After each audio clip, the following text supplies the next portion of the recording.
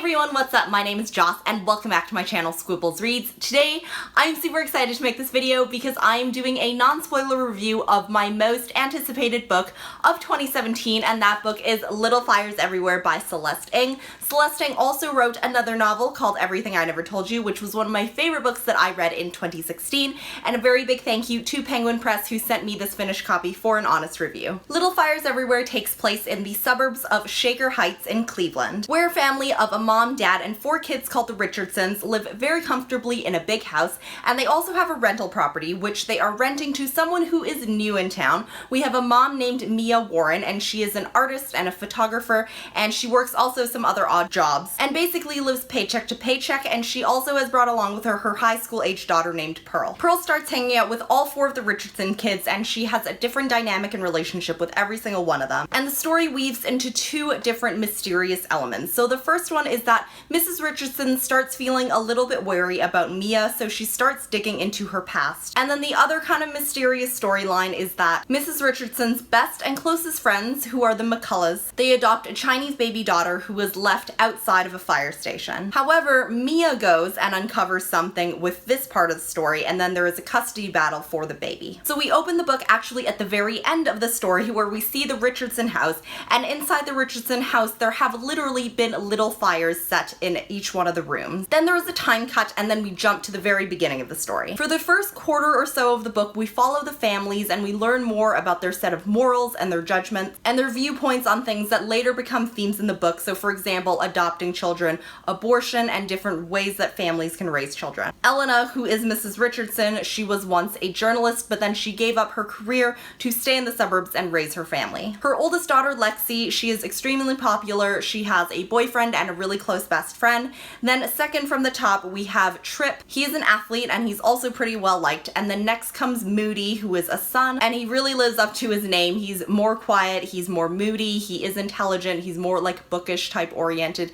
And then we have the youngest sibling, whose name is Izzy. She has a more complicated relationship with the family. She is kind of like the black sheep. She's seen as like more rebellious and more angsty. The first major plot point happens about a quarter of the way through, but I really like that the way that this was developed because it sets like a nice baseline and makes the mysterious elements stronger and the characters' actions and words more believable and more natural. I think that the first quarter is written in a really similar narrative voice to Everything I Never Told You. It's quiet, it's intriguing, and it adds like little subtle distinctions to people's actions that seem really everyday, pedestrian, and mundane, but I think that is really that beautiful, specific style of Celeste Ng's writing. From there, it takes on a propulsion, and I found myself wanting to read it more and more quickly and just consume the whole book in one sitting. The last time I read a book with a similar kind of force behind it was Big Little Lies by Leanne Moriarty. The tone is very different, but the force I thought was pretty similar. One of my favorite things about this book was the dedication, and it says, "To those out on their own paths, setting little fires." My personal take on this is that the book is giving a voice to people who are unafraid of questioning the status quo. There is a passage in here that affected me really deeply because it really reminded me of when I was a little kid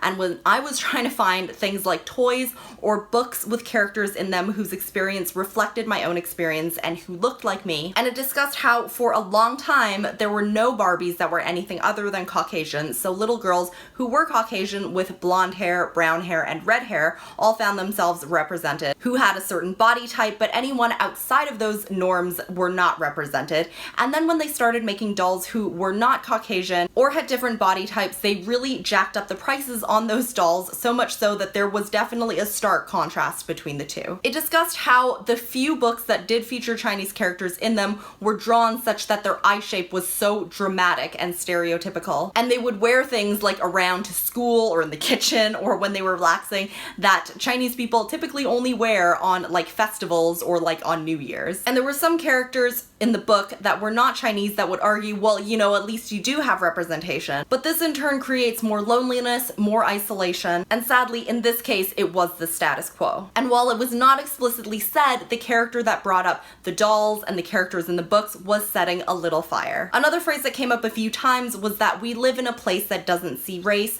or when I see people of different races, I treat them all the same. And there was another character that brought up the point that when we say things like that, it can actually be harmful to certain certain people. So again, another little fire set there as well, questioning the status quo. I also think this metaphor can be applied to a lot of different female characters in the story. This book did focus mainly on the female characters, and I think each of them are a little fire in some way of their own. So for example, Mia, she's an artist and she chooses to work odd jobs and lives paycheck to paycheck, and this is striking some people in the community as really odd. However, this is something that she does of her own volition, is that she works a job that doesn't seem very stable from the outside. Also, the oldest sibling, Litsy, she's in an interracial relationship, and although it was never explicitly said, this is very rare in the community. Izzy also has a ton of constraints placed on her family in comparison to her siblings, which she questions and works against as well. Underlying the story, the book also demonstrated how society views women who have different views on adoption and abortion, and women who choose not to have children, women who choose different jobs, different relationships. Like I was saying, most of the main characters are female, and there were extremely real situations where people had to face